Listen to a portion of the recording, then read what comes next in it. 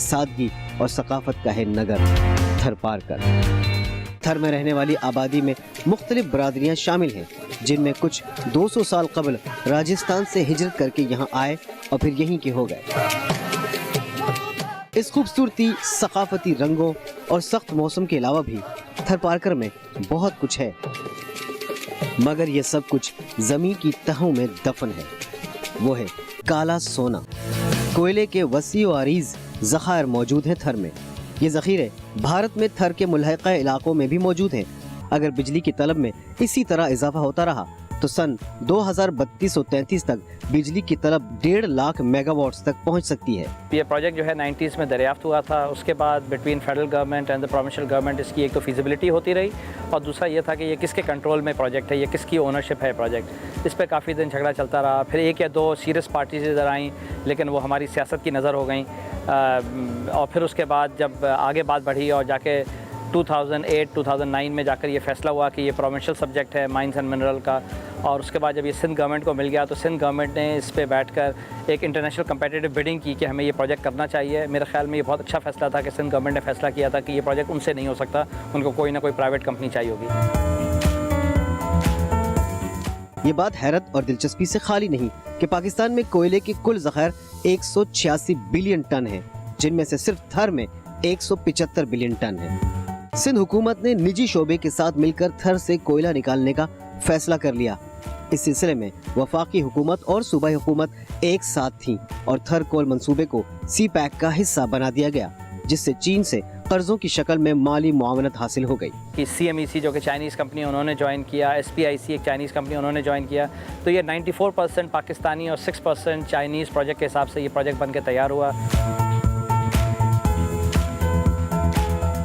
इस सिलसिले में मुख्तलिफ निजी, मुल्की और गैर मुल्की कंपनियों से मुआहदे किए गए और काम का आगाज कर दिया गया। इस वक्त पाकिस्तान के पास कोल रिजर्व्स तकरीबन 186 बिलियन टन्स है, उसमें से थर में 175 है, जो दुनिया का 7th लार्जेस्ट कोल रिजर्वायर है। इसको इन टर्म्स ऑफ एनर्जी देखें तो 50 billion tons equivalent to oil, जो कि सऊदी अरब और ईरान के जितने भी ऑयल रिजर्व्स हैं उससे ज़्यादा। मंसूबे के आगाज से थर की हालत बदलना शुरू हो चुकी है, जिसका सबसे पहला असर मवासलात पर पड़ा। आमदोरफ्त के लिए सड़कों की तामीर हो चुकी है। पहले जिस इलाके में पहुंचना ऊँटों और मखसूस ट्रक के बगैर मुमकिन न था, अब वहां कराची से चंद घंटों में पहुंचना मुमकिन हो गया है। थर कोल मंसूबे पर लगने वाले प्लांट्स पर अफरादी क़ुव्वत की ज़रूरियात को पूरा करने के लिए दूर दराज इलाकों से वर्कफोर्स को लाना महंगा काम है, लिहाजा मकामी लोगों को तरजीह दी गई है। जो पाकिस्तानी यहाँ पे तकरीबन 2-2.5 हज़ार लोग काम कर रहे हैं, उसमें से 80 to 90% ऑफ जो लोग जो हैं यहाँ पर वो थर के लोग ही काम कर रहे हैं यहाँ पे हमारे पास। 129 डंपर जहाँ जो काम कर रहे हैं उस पर जो डंपर्स ड्राइवर हैं वो तकरीबन थर के लोकल्स हैं। हम यहाँ पर आए, सबसे पहले हमने आके लोगों की यहाँ पे टेक्निकल ट्रेनिंग कराई, सबको सिखाया, सबको बताया कि भाई अगर आप इधर हमारे पास काम करेंगे तो हम आपको एज अनस्किल्ड लेबर तो ले सकते हैं, लेकिन स्किल्ड लेबर नहीं ले सकते, असल पैसे आपको नहीं मिलेंगे। हमने चीनियों के साथ ट्रेनिंग देके अभी आप देख रहे हैं हमारे पास तकरीबन 90% जो ड्राइवर्स हैं वो सारे थर के हैं। पहले तो हम कराची में थे, बहुत दूर थे और आना जाना मसला, और तनख्वाही में वहाँ कम थी, और यहाँ तो चलो घर के पास ही है, घर के घर में ही है, तनख्वाह भी अच्छी है, काम भी अच्छा है, टाइमिंग भी कम है और खाना पीना रैश फैसिलिटी ज़बरदस्त है। हमारे एक गांव के मेरे साथ जो है 40 से 45 बंदे यहाँ काम कर रहे हैं, सारे डंपर ड्राइवर हैं। चाइनीज़ ने हमें ट्रेनिंग दी, उसके बाद हमने ये माइन का काम किया। इससे पहले हमने कभी ज़िंदगी में माइन ना देखा था, ना सुना था, ना ही कभी सोचा था हम ये काम करेंगे, लेकिन अभी देखा सुना काम कर रहे हैं और बहुत अच्छा लग रहा है। हम बिल्कुल फ़ख्र महसूस करते हैं हम माइन में काम कर रहे हैं। मिट्टी से हमारे पास 2-3 इंजीनियर्स हैं प्रॉब्ली, जो कि मेराज यूनिवर्सिटी से जिन्होंने किया है, हम उनको ट्रेन कर रहे हैं। We call them 30 trainee engineers and they are part of my team है। मगर इन अफराद में सिर्फ मकामी मर्द ही नहीं बल्कि यहाँ की ख़वातीन भी शामिल हैं। मैंने अपनी प्राइमरी और इंटरमीडिएट यहीं मिट्टी थरपारकर से एजुकेशन ली है। उसके बाद हायर स्टडीज़ के लिए जो है मैं मेराज यूनिवर्सिटी गई थी और मेरा मेजर जो है कंप्यूटर सिस्टम है। मैंने ये कभी नहीं सोचा था कि जो है मैं यहीं पे आके थर में आके कभी जॉब करूँगी, क्योंकि मोस्टली ऐसा होता है कि यहाँ पे अपॉर्चुनिटी नहीं होती इंजीनियर्स के लिए कि वो यहाँ पे आके जॉब्स करें। मगर हर थरी औरत इतनी खुशकिस्मत नहीं जो तालीम के जेवर से आरास्ता हो या जिसे स्कूल जाने का मौका मिला हो।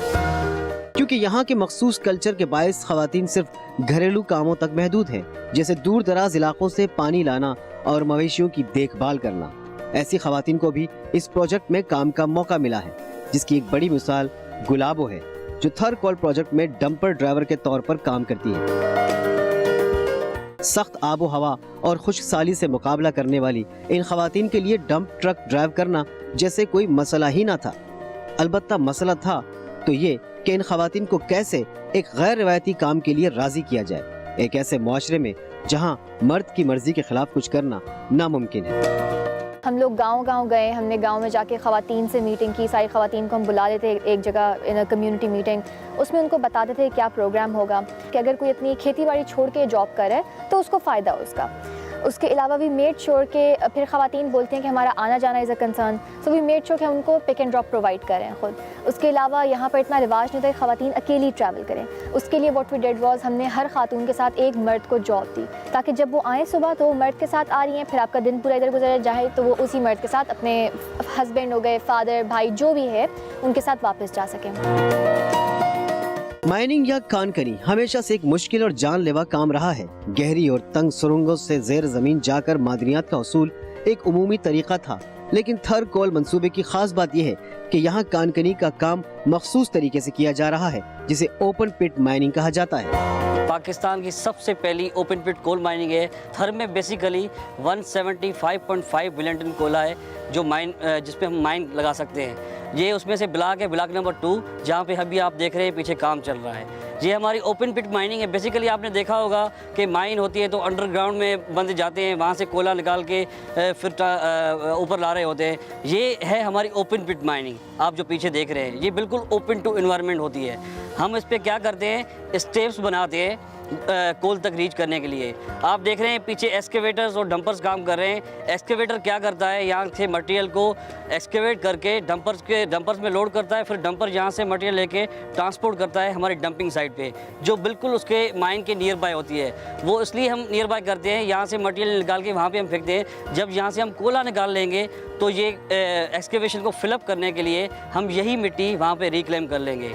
बेसिकली हमारी जो यहाँ पे कोल जहाँ पे हम टच करेंगे वो 145 मीटर पे हम यहाँ पे कोल टच करेंगे। उसके बीच हमारे पानी के 3 एक्वाफर आएंगे। उस 3 एक्वाफर कहने का मकसद कि पानी के 3 तह आएंगे जहाँ पे पानी होगा।